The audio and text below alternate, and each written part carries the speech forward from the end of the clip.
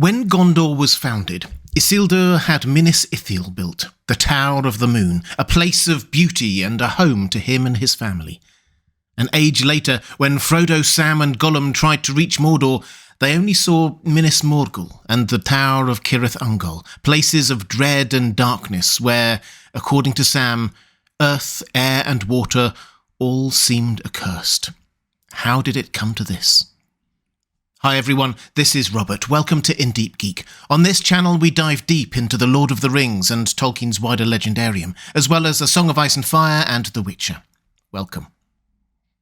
As we know, when Numenor fell, some Númenóreans, the faithful, led by Elendil and his sons, managed to escape to Middle-earth and formed the kingdoms of Arnor in the north and Gondor in the south. We'll leave Elendil in the north for this video and focus on the realm of Gondor.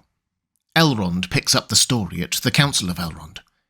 In the south, the realm of Gondor long endured, and for a while its splendour grew, recalling somewhat of the might of Numenor ere it fell.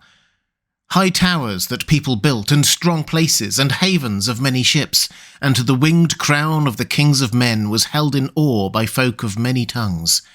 Their chief city was Osgiliath, citadel of the stars, through the midst of which the river flowed. And Minas Ithil they built, tower of the rising moon, eastward upon a shoulder of the mountains of shadow. And westward at the feet of the white mountains, Minas Anor they made, tower of the setting sun. There in the courts of the king grew a white tree, from the seed of that tree which Isildur brought over the deep waters, and the seed of that tree before came from Eressëa, and before that out of the uttermost west, in the day before days, when the world was young. It's easy to look back at this in a very matter-of-fact, if poetic way, as Elrond does here, but imagine for a moment what it must have felt like to Isildur and the faithful, having escaped the cataclysm of the downfall of Numenor and lost everything they once knew. They weren't just founding a kingdom, they were building a new home. Minas Ithil became Isildur's new home for his family and his heir, a place of beauty, where we're told that the moonlight reflected off its marble walls so that it appeared to shine. It was also the stronghold where Isildur planted the white tree, a link intensely personal for Isildur for an obvious reason. He saved a fruit of the white tree of Numenor before it was destroyed by Sauron, and it nearly killed him. We're told in the Silmarillion that after getting it, Isildur had lain long and come near to death, and only when its first leaf opened, he arose and was troubled no more by his wounds.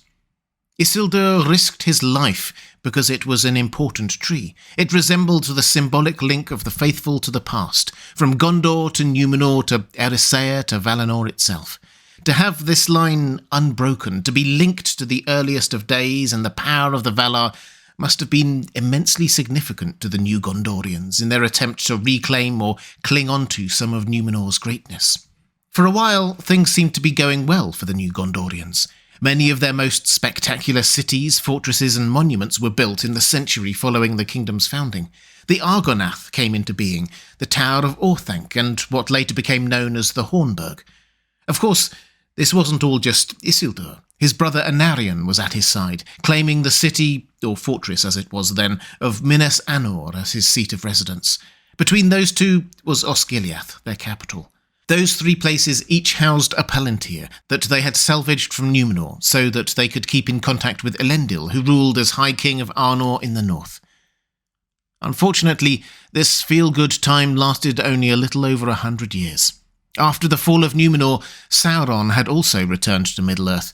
It took him some time to regain his body and strength of arms, but in the year 3429 of the Second Age, he attacked the Gondorians and took Minas Ithil and burned the white tree.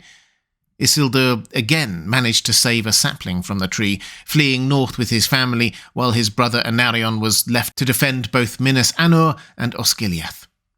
In answer to this attack, the last alliance of elves and men was formed, which brought Sauron to his knees, but at a great loss to elves and men. They reconquered Minas Ithil, and probably about that time also built the Tower of Cirith Ungol. It was certainly named differently at the time, but whatever they called it then has been long forgotten. With those towers, and a chain of other watchtowers, the Gondorians kept a watchful eye over Mordor through much of the Third Age, but not all of it. Elrond explains, The watch upon the walls of Mordor slept, and dark things crept back to Gorgoroth. And on a time evil things came forth, and they took Minas Ithil and abode in it, and they made it into a place of dread, and it is called Minas Morgul, the Tower of Sorcery. Then Minas Anor was named anew Minas Tirith, the Tower of Guard, and these two cities were ever at war. But Osgiliath, which lay between, was deserted, and in its ruins shadows walked.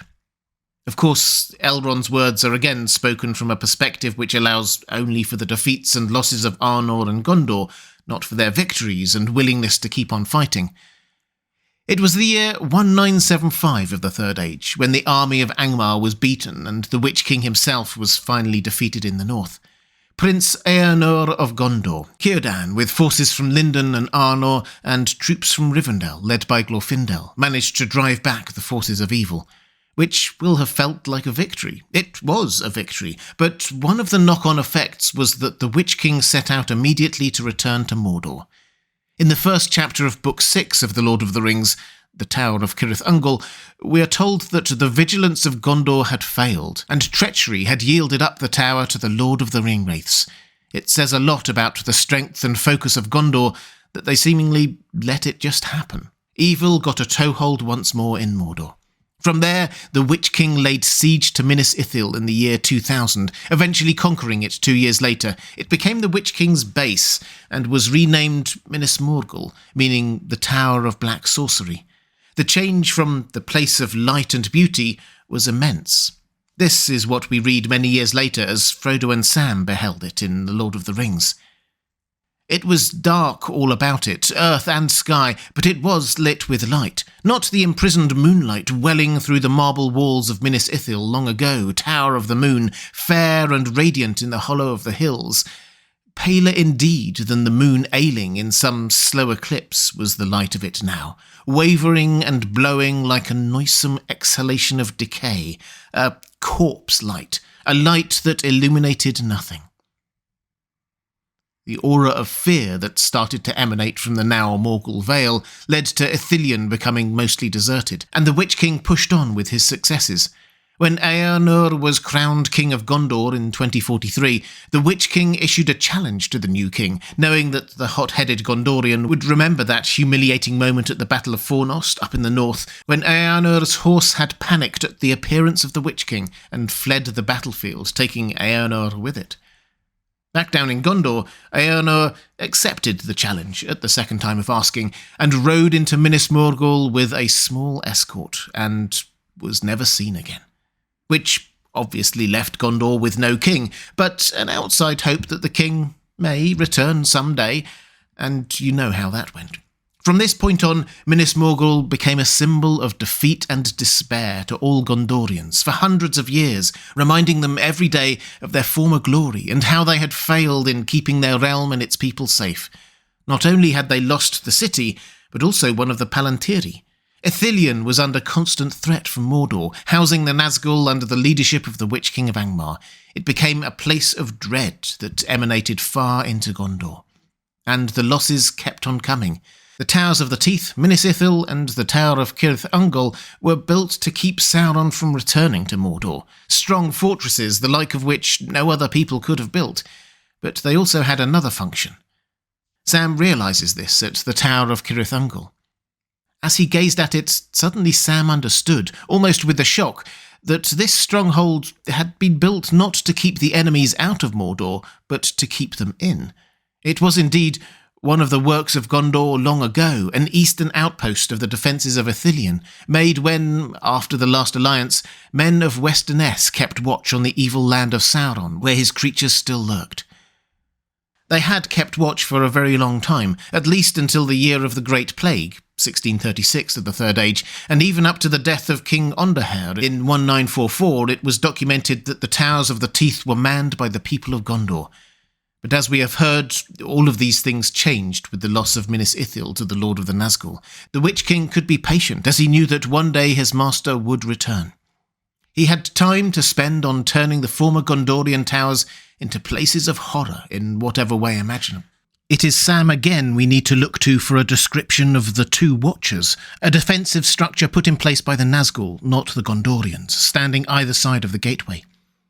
They were like great figures seated upon thrones. Each had 3 joined bodies and 3 heads facing outward and inward and across the gateway. The heads had vulture faces, and on their great knees were laid claw-like hands. They seemed to be carved out of huge blocks of stone, immovable, and yet they were aware. Some dreadful spirit of evil vigilance abode in them. They knew an enemy. Visible or invisible, none could pass unheeded. They would forbid his entry or his escape. Why did Gondor allow this? Well, to Gondor, all of this was a process that lasted thousands of years through plague and invasion and ravages of time. The whole kingdom just slowly lost its vigilance, but it was still a downfall. Slow and painful. And to those who cared about their history, to see their towers still standing tall and proud, symbols of the link to Numenor and the strength of Gondor, fall to the enemy, that must have hurt. That fair and radiant light of long ago turned to some corpse light, a light that illuminated nothing. The tale of Minas Ithil turning to Minas Morgul. If you'd like to see more Lord of the Rings videos, please click on the link on the left of your screen. Or if you'd like to support this channel, thank you. There's a link to my Patreon page on the right of your screen. That's all for this time. Thanks for watching. I'll see you again soon.